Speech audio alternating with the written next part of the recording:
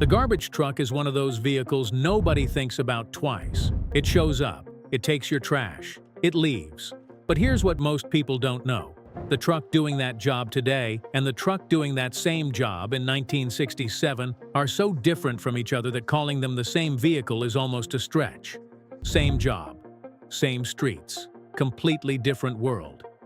Let's break it down. The crew, 1967.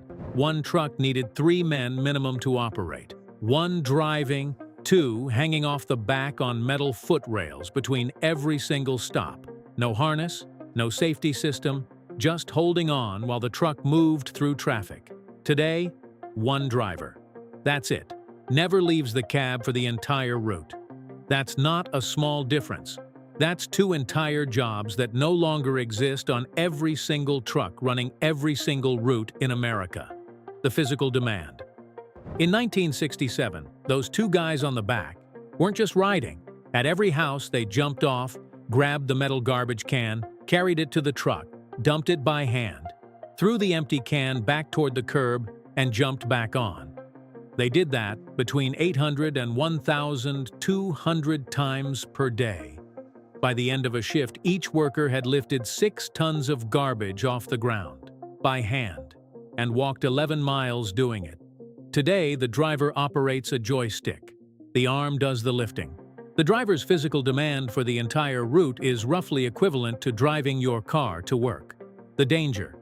In 1968, the Bureau of Labor Statistics released a report that turned heads. The most dangerous job in America wasn't coal mining, wasn't logging, wasn't firefighting. It was garbage collection. Workers falling off moving trucks, back injuries from 6 tons of daily lifting, heat exhaustion, traffic incidents with crew members exposed on the outside of a vehicle in live traffic. Today, refuse collection has dropped significantly in the injury rankings.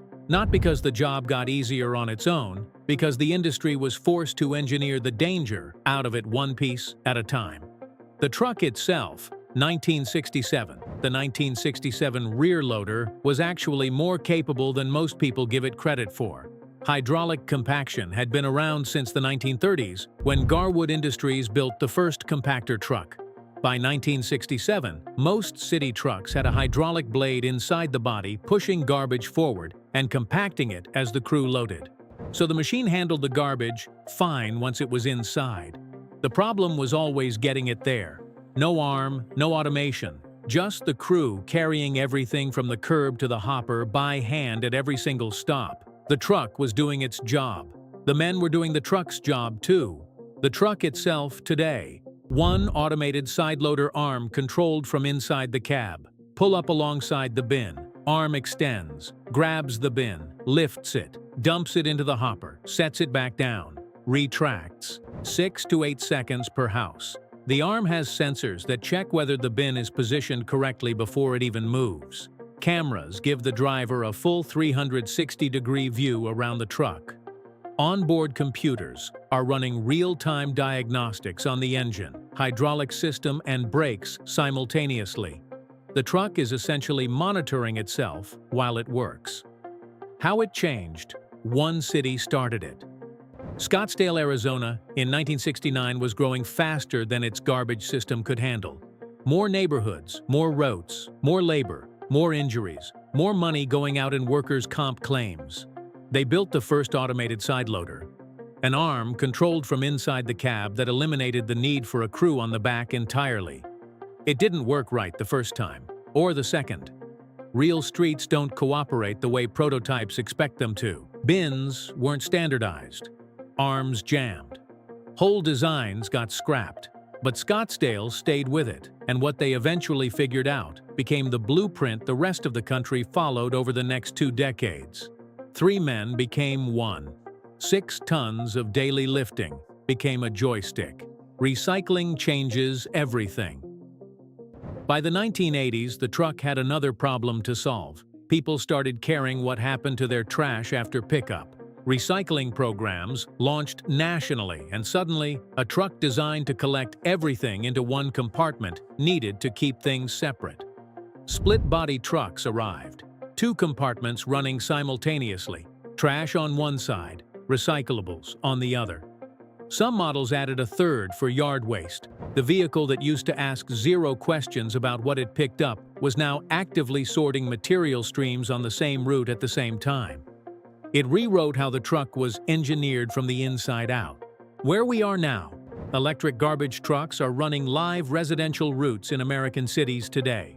No diesel engine, no exhaust, almost completely silent. The truck that used to announce itself 3 blocks away with engine noise and compactor banging now pulls up to the bin without the neighborhood knowing it arrived. And beyond electric, autonomous garbage trucks are already in testing. AI navigation, street sensors, minimal human input, not a concept, already happening in controlled environments right now.